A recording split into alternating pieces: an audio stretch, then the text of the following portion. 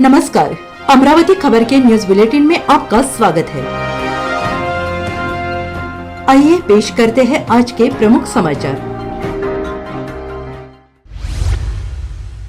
भारत में आए दिन बेटी के पिता की प्रॉपर्टी में हक मांगने को लेकर विवाद देखने को मिलता है। ऐसे में अगर दामाद होकर ससुर की प्रॉपर्टी में हिस्सा मांगने की सोच रहे हैं तो इस भारतीय कानून को जान लीजिए। भारत में आए दिन बेटी के पिता की प्रॉपर्टी में हक मांगने को लेकर विवाद देखने को मिलता है। कहीं ये मामले कोर्ट तक जा पाते हैं तो कहीं पर घर में ही दबा दिए जाते हैं। ऐसे में कभी सोचा है कि अगर कोई दामाद अपने ससुर की प्रॉपर्टी में हक मांग ले तो क्या होगा?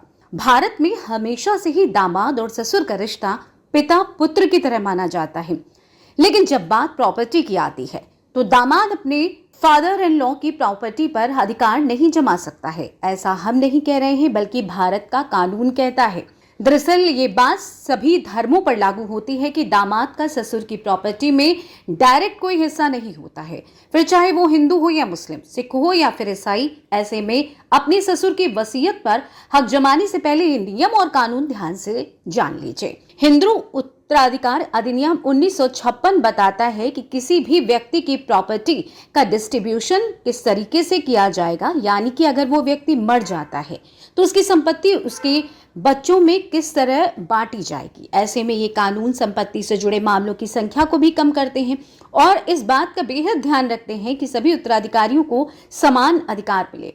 भारतीय उत्तराधिकार कानून के अनुसार बंटवारा केवल पैतृक संपत्ति का होता है। इसके अलावा इस कानून में लीगल इनहेरिटर्स की लिस्ट भी शामिल है, जिसे क्लास 1 और क्लास 2 के उत्तराधिकारियों के बारे में बताया गया है, जिसमें क्लास 1 में व्यक्ति के करीबी लोग शामिल हैं, जैसे पत्नी, बेटा, बेटी आदि लोग शामिल होते हैं, जबकि वहीं क्लास 2 में अक्सर वो लोग हैं जो व्यक्ति के दूर के रिश्तेदार होते हैं। लेकिन दोनों ही लिस्ट में दामाद का नाम कहीं शामिल नहीं होता है, जिसके चलते उसे सीधा ससुर की जायदाद में कोई भी हिस्सा नहीं होता। हालांकि अगर बेटी को पिता की प्रॉपर्टी में हिस्सा मिलता है तो दामाद अपनी पत्नी के सहारे इस पर हक जता सकता है।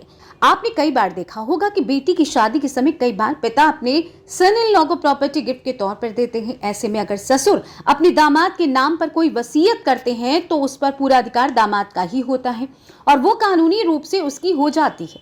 हालांकि इसके बाद भी उस प्रॉपर्टी को गिफ्ट डीड के तौर पर रजिस्टर करना बेहद जरूरी है। अब ये पूरी तरीके से ससुर की मर्जी पर निर्भर करता है कि वो अपने दामाद को प्रॉपर्टी गिफ्ट करे या नहीं। बाकी धर्मों के लिए भी समान कानून नहीं।